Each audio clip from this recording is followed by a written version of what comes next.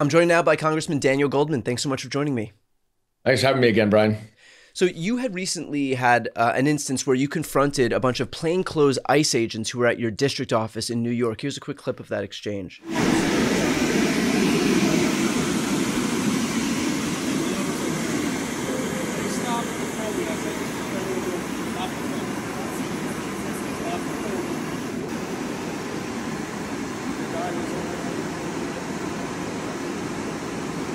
So what was said between you and these ICE agents, and what's your reaction more broadly to these people showing up? We've had numerous instances on the news of, for example, ICE agents showing up in court where, these immigrants will show up for their regularly scheduled hearings. The hearings will be dismissed only for those ICE agents to then go ahead and arrest the immigrants anyway. Yeah, I mean, I was really focused at the time on asking these plainclothes ICE agents why they were wearing masks when they were making arrests, which is something that we've seen over and over again. And nothing that I've ever seen when I was a federal prosecutor working with ICE agents and other law enforcement agents ever before. And so I got some interesting responses. One guy looked at me and said, "Oh, because it's cold." We were, of course, in a temperature-controlled building. It was not cold. I said to him, At "Well, the will end you of May. testify to that under oath?" And he walked away from me. Another guy said to hide my face, so in case there are videos, which begs the question: what are you concerned about if you are doing a legitimate law enforcement operation, which, arrests are done all the time by law enforcement agents, and they're not done with masks. So why are these plainclothes officers doing it? And it's just consistent with the policy of fear and terror that this administration is trying to use against immigrants. Now, these are immigrants who are doing everything right, Brian. They are coming through, they go to court, and they are not violent. They are not criminals. They wouldn't have a lengthy court proceeding, and their asylum applications would not be heard if that were the case. Many of them have filed asylum claims, which is a lawful pathway to come into this country. And the way that Kristi Noem, the secretary, and Donald Trump and Stephen Miller are trying to get around this asylum process, which is too long, I certainly agree with that, is that they are maneuvering to dismiss deportation proceedings, which then gets rid of the underlying asylum claim. And then they walk out and the ICE agents arrest them and initiate new deportation proceedings under this expedited removal process, which gives immigrants far fewer rights and due process than they would otherwise have in that court hearing. And so we hear so much about Stephen Miller talking about we're getting all these murderers and child rapists and deporting them, and we're going to focus on convicted criminals who shouldn't be here, who are terrorizing our cities. Well, these people are the exact opposite. They're the ones who are doing it right. And of course, it creates perverse incentives because the ones who are doing things the right way should not be the ones who ultimately get snookered and deported. That, of course, incentivizes people not to do it the right way, to go further underground, not to get work visas, not to pay taxes, and generally makes all of us less safe. There's this whole genre of Trump supporters who are, for example, who own construction companies that are watching these ICE raids take place where they just basically round up everybody who works there. And these are not violent, hardened criminals, the ones who Trump, during the campaign, promised to deport. These are regular, hardworking folks who are coming here and making sure that our economy actually functions. And so can I have your reaction to these folks who thought they were voting for one thing and are getting something completely different now that Trump's actually in office? Well, I mean, that's true in immigration. It's true across the board. Trump lies, lies, lies. We've seen that. We've known that for a long time. And essentially everything that he promised was all BS. He's doing, in many respects, the exact opposite, including in terms of his immigration policy.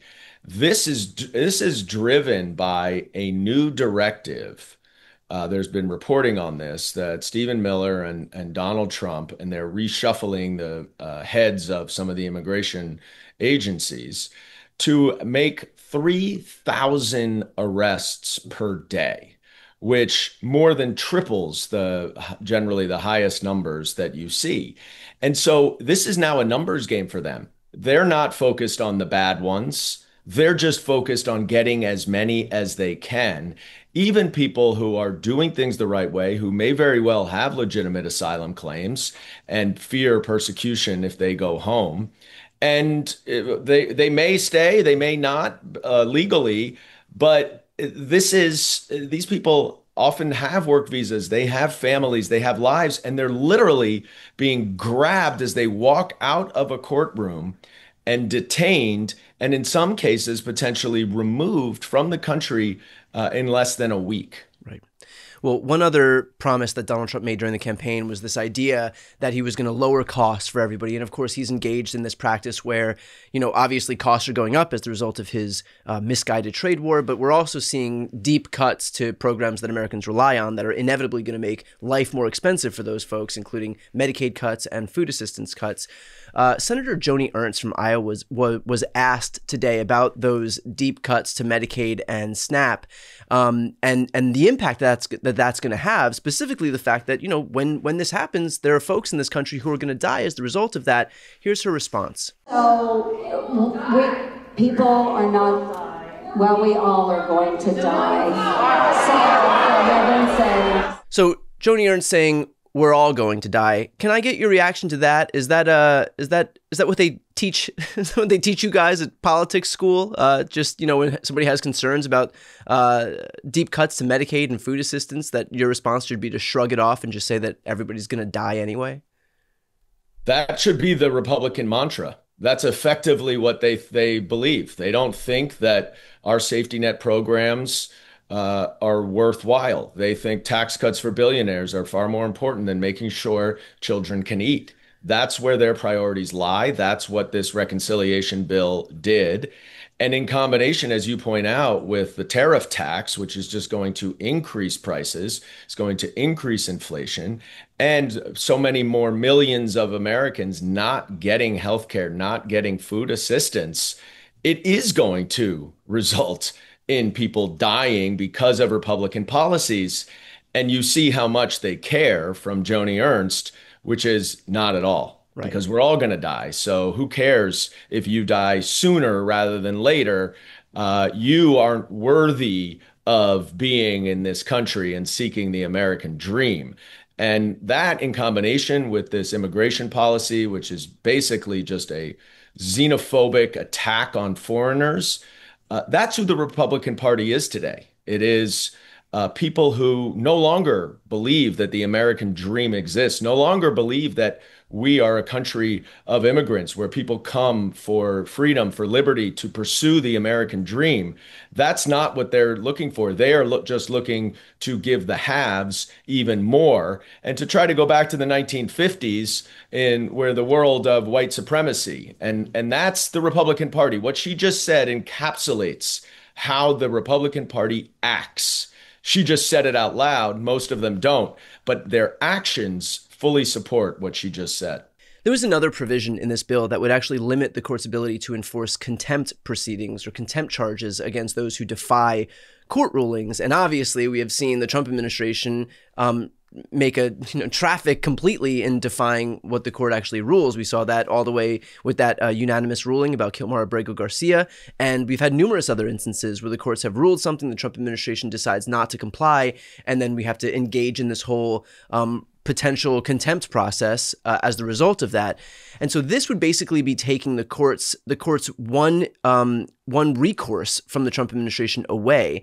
Can I have your reaction to the fact that really the Republican Party more broadly is attempting to neuter every branch of government, whether it's the judicial branch by virtue of this provision or the legislative branch? I mean, they're self-neutering in a way, but even with these tariffs, I mean, the Trump administration is trying to unilaterally impose these tariffs even after we're getting rulings from the International Trade Court saying that that's illegal, but it's not like the Republicans in Congress are going to do anything to protect their own autonomy. So in a way, the only branch that the Trump administration views as legitimate is the executive branch, and they're proving it with actions like this. Brian, you hit the nail on the head, and this is actually what I said during our Judiciary Committee markup on this particular bill.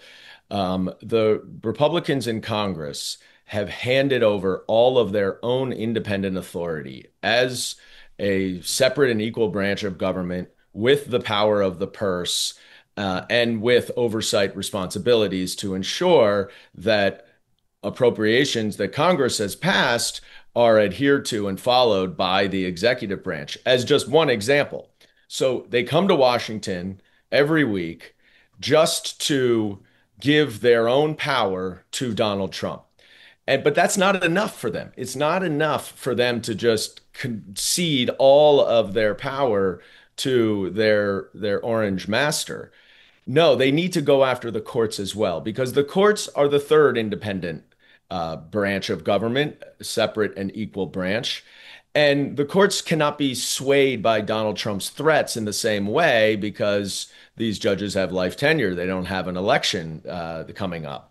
And so in order to help Donald Trump implement and execute his lawlessness, the Republicans in Congress snuck in a provision in this reconciliation bill that makes it much harder for a court to hold a party in contempt.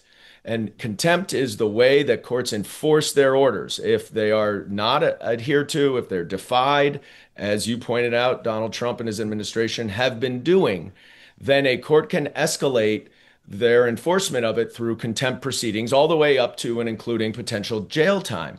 Well, in order to neuter, as you say, the authority of the courts to enforce their orders, the Republicans put a provision in that makes it harder for courts to enforce their orders, and therefore makes it easier for Donald Trump to continue his lawlessness. They are facilitating, aiding and abetting, and they are accomplices to Donald Trump's complete lawlessness. One more question here on judges, and that is that we're even seeing judges who Trump himself appointed rule against this administration. We're seeing Supreme Court justices that Donald Trump himself appointed, these far-right Supreme Court justices, even recognizing that Trump is often going too far and acting in a manner that's so extrajudicial, so illegal, so unconstitutional that they have to push back on it. And that's obviously garnering a lot of ill will and pushback from the administration itself. And so there is this push now that it seems that even, that the only judges who Trump is going to bother appointing are ones who are so aggressively unqualified, but who are perfectly content to barrel ahead with whatever policies Trump wants.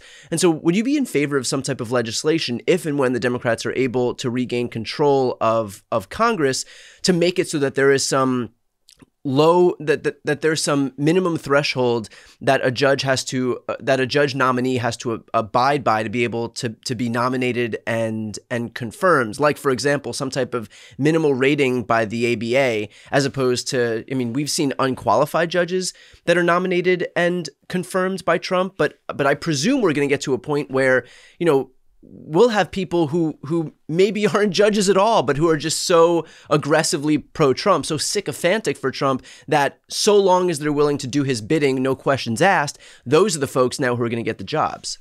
Yeah, look at Emil Bove, who was exactly acting deputy attorney general, was the one who implemented the completely absurd and lawless doesn't begin to describe it, really unethical prosecution and dismissal agreement with Eric Adams, where he admitted that it had nothing to do with the facts of the law. It was just purely political, which of course is not how our criminal justice system should be enforced.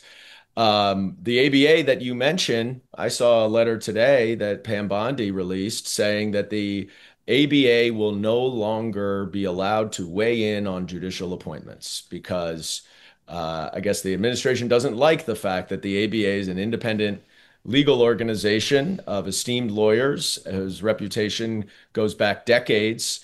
And sometimes they recommend, as you point out, that judges are unqualified. So rather than actually nominate qualified judges, let's just kill the messenger and take that away. Right. I think it would be hard to put a minimum rating in along the lines of you say. I could imagine a scenario where you put a minimum amount of experience as a lawyer, 10 years or something, where you would say that something a little bit more objective and easily quantifiable. But there is the advice and consent responsibility in the Senate. And so there is a check on this if the Senate Republicans wanted to actually do their jobs and make sure that baseline qualified people are put into lifetime tenure appointments on the court. And Donald Trump is furious that the judges that he appointed are not lock, stock, and barrel going along with everything that he says. And that includes the three justices on the Supreme Court. Even today, yesterday, he attacked Leonard Leo, who was the head of the Federalist Society and is the architect of so much of this right-wing swing in the Supreme Court. But Donald Trump's upset because the judges that Leonard Leo recommended that he took aren't as extreme and as political, really, as Donald Trump wants them to be. And finally, Congressman, let's finish off with this. I'm going to put a clip on the screen of you at Game 3 of the Knicks-Pacers series. This was their first win in the series. I'm sure that you heard from everybody you've ever known when you were put on the screen here. How do you feel about the rest of this series here? It's 3-2 right now. Yeah, look, that was an incredible game, an incredible comeback. There were a few of us Knicks fans all around in one area behind the Knicks bench, really enjoying it, including my 10-year-old and 8-year-old kids. We had a terrific trip, and it was really great to be there to support them. And last night, I was in the Garden again when the Knicks actually had a really dominating performance. So Game 6 tomorrow back in Indianapolis. You can expect the Pacers to be ready and much better on their home court.